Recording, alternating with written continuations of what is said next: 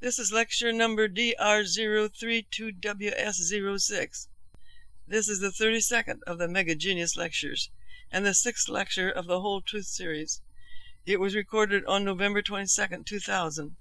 The title of this lecture is You Be the Judge. It is 32 minutes long. Copyright 2000 by Mega Genius. All rights reserved. This lecture is protected by internationally valid copyright. It may not, in whole or in part, be duplicated, transmitted, or otherwise reproduced without the express permission of Mega Genius. Unauthorized translation, importation, or distribution is a violation of applicable laws. Mega Genius is a United States federally registered trademark and service mark. And now, here is Mega Genius. Have you ever dined in an elegant restaurant and been served a lousy meal? If so, didn't the relationship seem illogical? Well, there is a similar relationship between beauty and truth. We already know that for something to be true, it must be beautiful. But the mere fact that it is beautiful does not guarantee that it is true. All people know deeply within that there is not only some sort of relationship between truth and simplicity, but also between truth and beauty. I'll give you examples. Let's take religion. Now, please don't get sidetracked on whether I am endorsing any religion over another. I am not. I merely want you to understand an important matter, and by referencing religion, I can easily ensure that you do.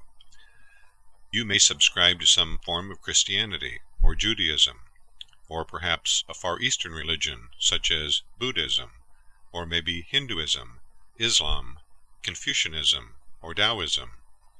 Whatever the religion, whether or not I've mentioned it, it doesn't matter regarding the point I'm about to make. As practiced today, all major religions contain some truth, and they all contain some falseness. If you take any exception to that statement, then you are not looking closely at the organizational structures and operations.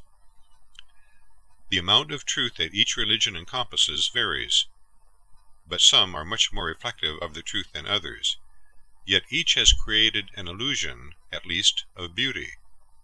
When you think about them, do you see artistic stories, benevolent acts, aesthetic books, fine art, great music? Maybe you think of centuries upon centuries of the sincerest faith, or parables that move the heart, or inspirational scriptures, or the entrancement of sunbeams cast through imposing stained glass. Whatever you see, whatever your beliefs, if any, do you see beauty? I think so. What do you think of the grand architecture of most colleges and universities? Wouldn't they function just as well on the inside if they looked like office buildings on the outside? What about the spacious grounds? Aren't they, well, beautiful? Furthermore, if you wanted to learn the real truth about some subjects, the beautiful truth, wouldn't you want to study at a place that knew the truth, that looked like the home of truth, that looked beautiful? Of course, it is not necessarily true that where one finds beauty there is only truth, for often falseness is disguised by golden embellishments, vellum-bound volumes, or silver-tongued oratory.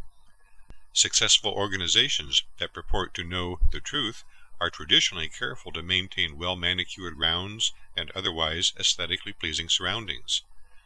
Consequently, the test for truth is not in seeing the beauty without, but in recognizing bias, narrow-mindedness, unkindness, suppression, hostility, and the like, when they are present within, as part of the beauty that is merely skin-deep.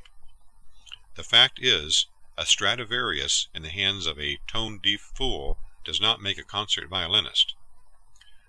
Whether or not you find much truth in your various studies, those who create and maintain religious organizations and institutions of higher learning innately know that their facilities had better look beautiful on the outside if they are going to convince others there is great truth inside. Incidentally, there is no necessary direct relationship between the greater or lesser aesthetics reflected on the outside of a person's body and the aesthetics or beauty of the person within, the spiritual entity that is the actual individual.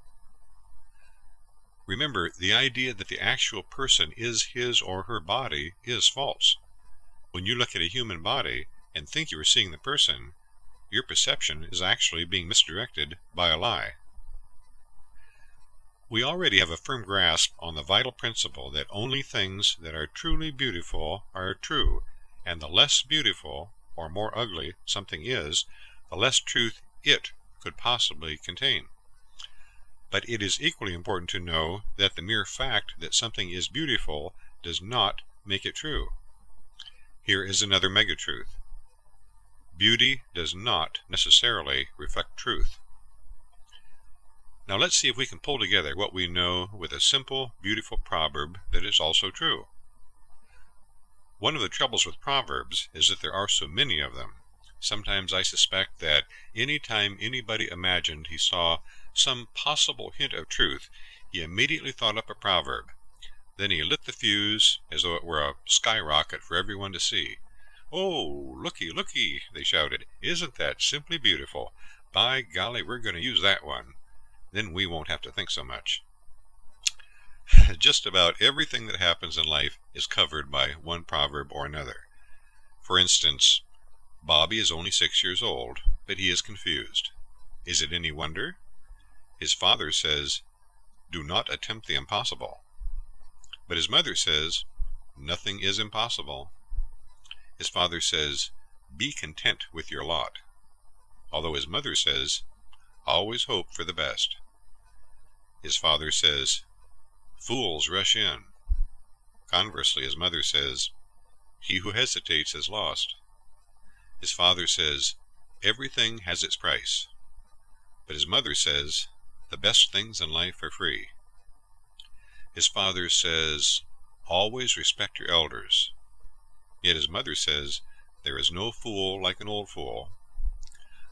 "Mommy," Bobby asks, "may I ask you a question?" "As I always say," his mother replies, "there is no time like the present. Go ask your father." "Daddy," Bobby says, would you, if..." "As I always say," his father interrupts, "if you have something to say, say it." "Well," Bobby begins again, "I was wondering about..." "Bobby, listen to me," his father advises. "Always remember, silence is golden." You know, someone ought to go through the thousands of proverbs ricocheting around this wobbly planet and accurately sort them out, but it would take a mega genius to do it. A minority would remain when the job was done. Which are contradictory, which are not worth repeating, which are dead ringers for the truth, and which are dead wrong. Somewhere there must be one that means exactly what we have just been talking about. There has to be. I am sure that somebody once thought he had found the greatest thing since Grandma's homemade bread, something pure and simple and beautiful, and then discovered he had been tricked by falseness. So he fit together a proverb and set about telling all his friends so they would remember that he was wise long after they had forgotten what a fool he had been. Here is that proverb. All that glitters is not gold. Now that statement is worth its weight in gold, and much more. Gold is pure. Gold is simple. Gold is beautiful. Although all the gold in Fort Knox would not be a down payment on truth. Now let's look again at the third golden key, expanded. 1. Truth reflects purity, simplicity, and beauty collectively. 2. To the degree that anything does not, it is not true. 3. There are many imitations of truth. Let's try the door to truth again. We insert the third golden key into the third lock for the third time. We speak the truth. Truth must be pure, beautiful simplicity. We turn the key to the right. Click. We speak the truth. To the degree that it is not, it cannot be the truth. We turn the key to the left. Click. We speak the truth.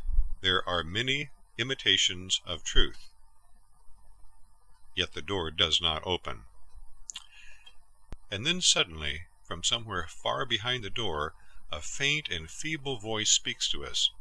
Faintly and feebly, because the source is extremely old and intensely tired of waiting for someone, anyone, to arrive. "Yea," it says, "I hear the truth.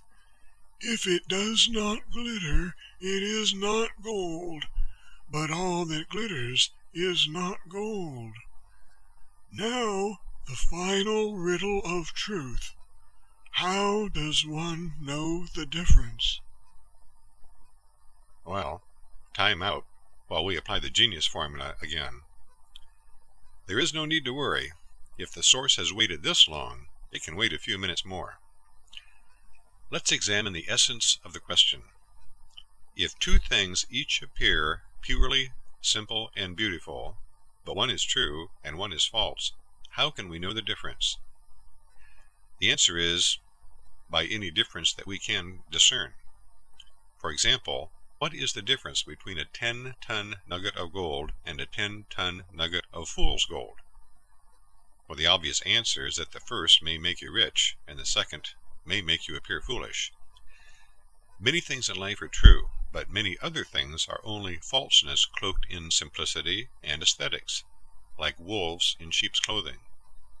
Actual truth always results in understanding, but falseness does not.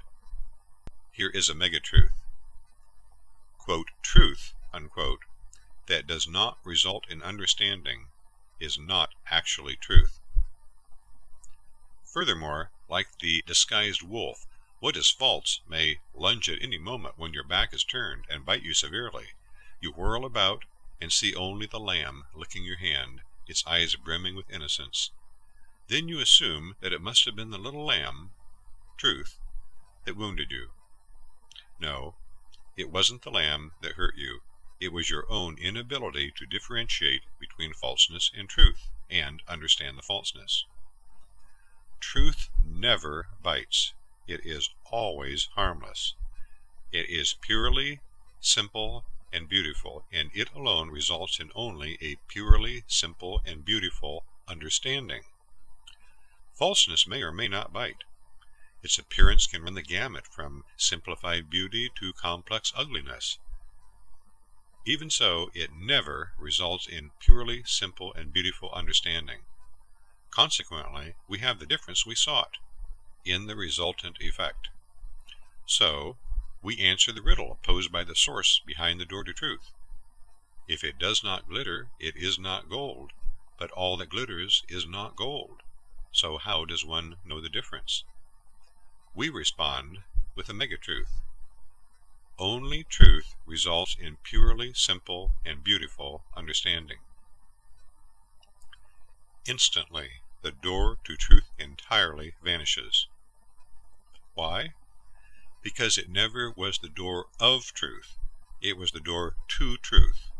It was only composed of falseness, and that is something that always disappears when it is examined completely, thoroughly, and without the assumption of additional falseness. The existence of the door to truth was merely our own misunderstanding and ignorance of the exact composition of truth.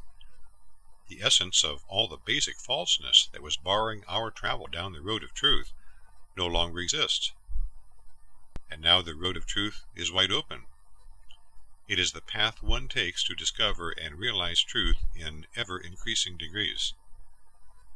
Now you must walk the road of truth yourself, for I can only steer you onto the right track, point the way, and tell you precisely how to distinguish between the center line and the ditches, which I have done.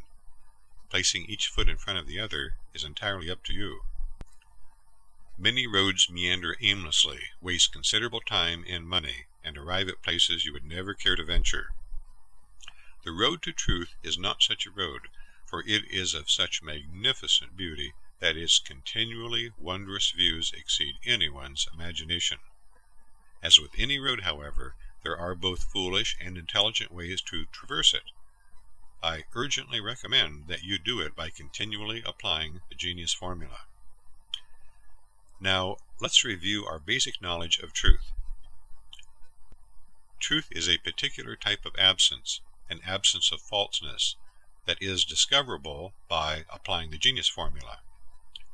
In the act of seeking falseness, one expands his attention sufficiently, examines thoroughly, and excludes all assumptions. With a speed proportional to his ability to differentiate, which is intelligence, falseness is then completely understood, and truth is revealed. Actual truth is pure in both its simplicity and beauty. To the degree that anything departs from either or both of those characteristics, it departs from truth and becomes false. Many things, however, that appear pure in both beauty and simplicity are, in fact, false. Truth and false are distinguishable by their resultant effects. Only truth results in purely beautiful and simple understanding. Regardless of the amount of truth that you would like to know, everything that you should understand to discover truth is stated in that last paragraph, humbly tendered as a major contribution to man. Here are some travel tips that I can share with you that are not necessary to know, but are extremely valuable. The first is that you have your own road to truth, as does every other person. No two roads are identical, although they are all relatively similar. Eventually, they all converge at ultimate truth. Frequently, someone will show you something and tell you that it is true. It may or may not be. Only you can decide. That is the master key to grip tightly in your fist as you journey along the road of truth. If you see something as true, fine. If you don't, then do not accept it as true. Why? Because even if it is the truth, if it does not look like truth through your truth distortion lens, then the exact thing that you are seeing is not the truth. Remember, one never fails to recognize truth when he actually sees it, as opposed to when he is merely looking toward it. Therefore, if you do not recognize something as the truth, regardless of what it is, do not accept it as the truth. Any time that you do, all you have accomplished is to allow some wild horse idea to drag you into the ditch along the road of truth. It does not matter whether it is true for just one other person or billions of people. If you accept anything as the truth that does not seem true to you, I guarantee that you have my sincerest sympathies. You will have made a gargantuan mistake. That includes anything that I have said at any time, too. If you do not think it is true, don't you believe it. If you change your mind later, that's an entirely different matter. Oliver Wendell Holmes, Jr., the American jurist, probably spoke more truth than he realized when he said, quote, "What is true is what I can't help believing," unquote. Here is another megatruth. One should always judge truth for himself.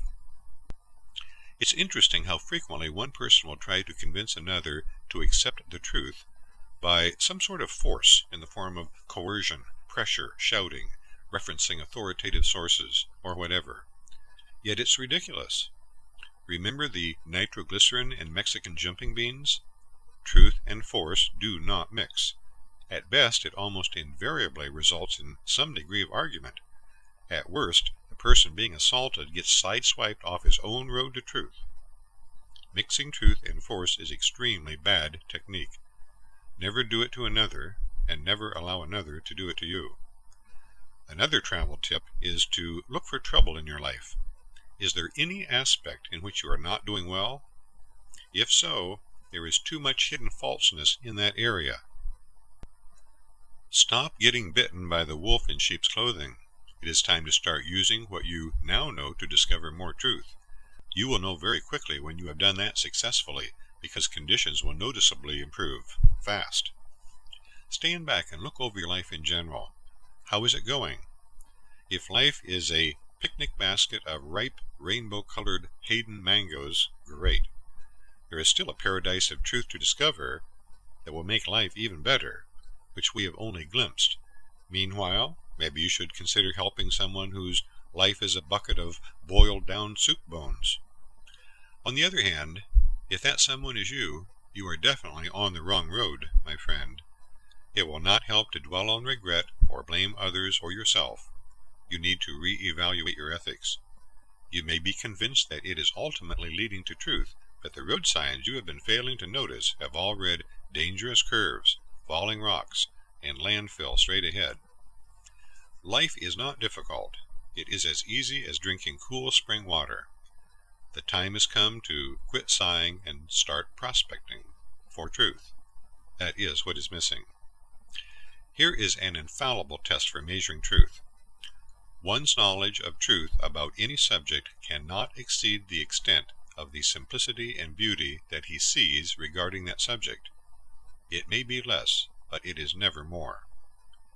Show me a person who does not see much simplicity and beauty in life, and I will show you a person who has been fooled and should be cited for reckless driving on the road of truth. Not only is he a menace to himself, but he is undoubtedly causing frequent fender benders to others. Here is a third travel tip worth your consideration. Chances are that your religious attitudes, beliefs, and practices are greatly benefiting you, or you would have changed them. At least you should have. Yet whatever they are, have they answered, or are they actively answering, all the questions you need addressed most?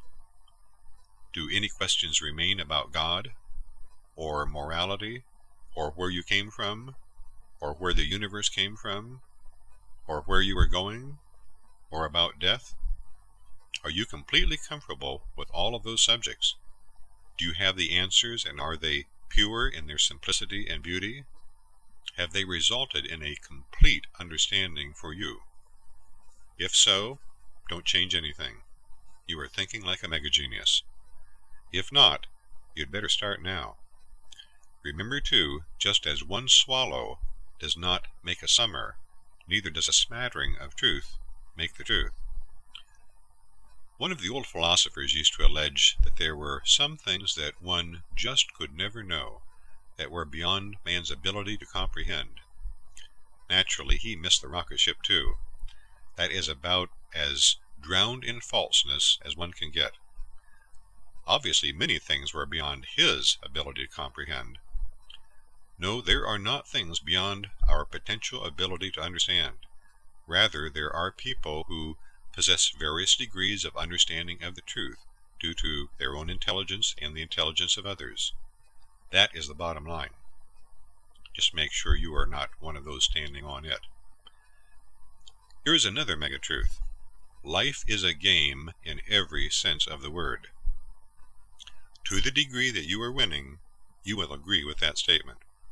To the degree that you are losing, you will see the statement as foolish and life as a tragedy. Understanding that life is a game is a primary difference between individuals who succeed and those who fail. The champions see life as a riot of fun. Any time you cannot laugh, you are off the track. Here is another mega-truth.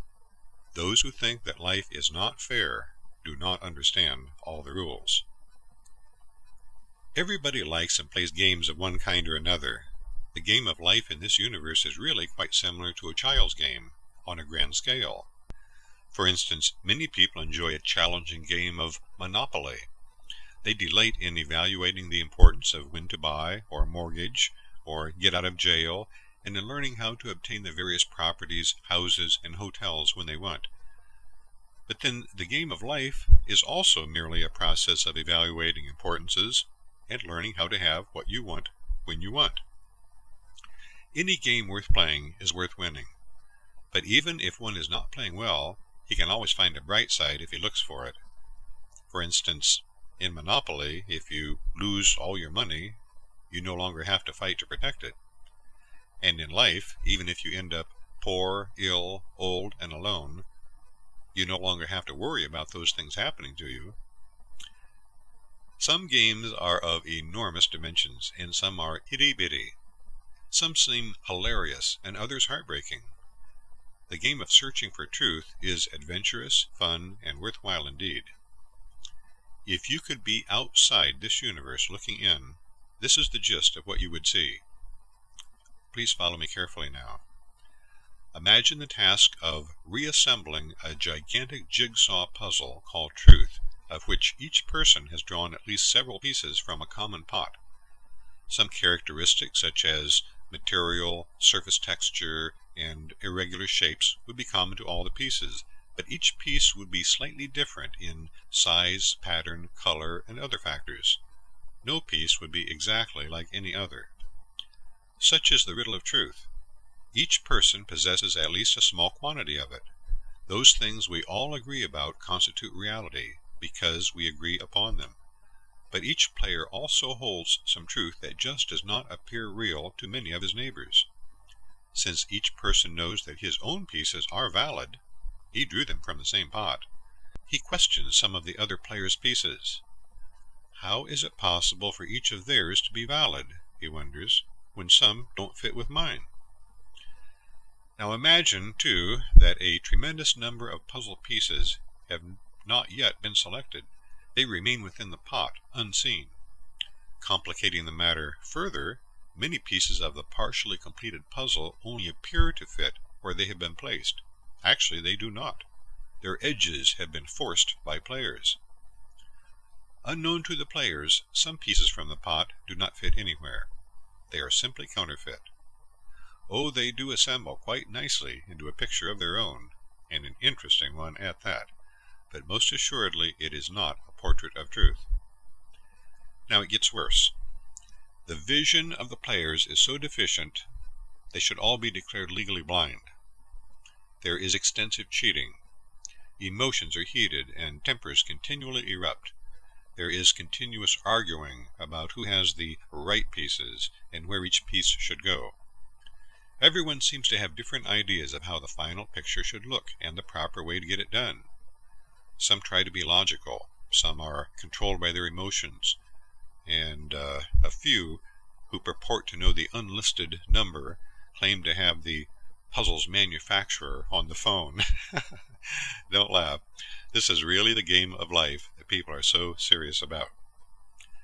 Epithets are hurled and blows are exchanged. Some players are temporarily ostracized. Some are horribly injured, but their wounds will heal. Some throw up their hands in disgust and vow to quit the game, but they will be back. And that is rightly so, for unknown to the players, it is a high-tech puzzle that will reveal its final, breathtaking picture only to those who have dedicated themselves to and participated in its completion.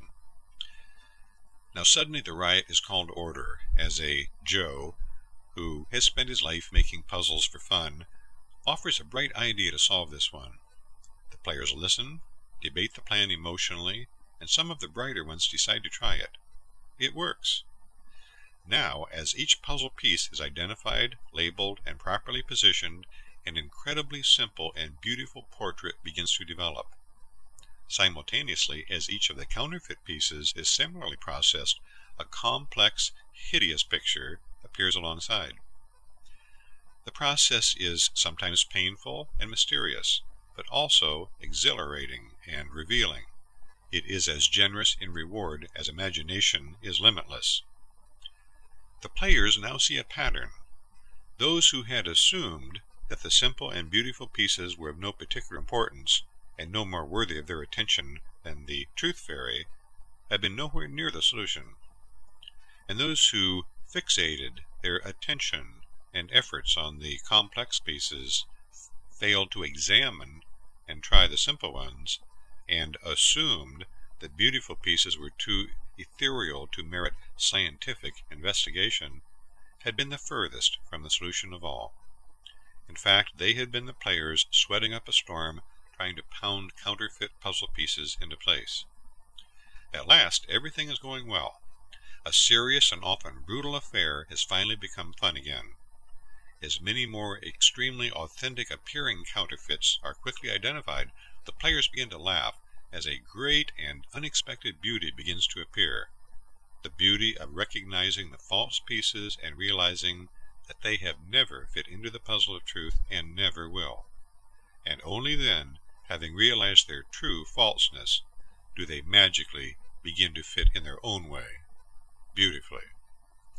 A major factor in the solution turned out to be the idea that each player had to use many of his own simple and beautiful puzzle pieces to build his own individual picture of truth first. Only by having done so would he later see how it fit perfectly into other players' individual puzzles and into the grand puzzle, and, as a result of the teamwork, then view the complete picture.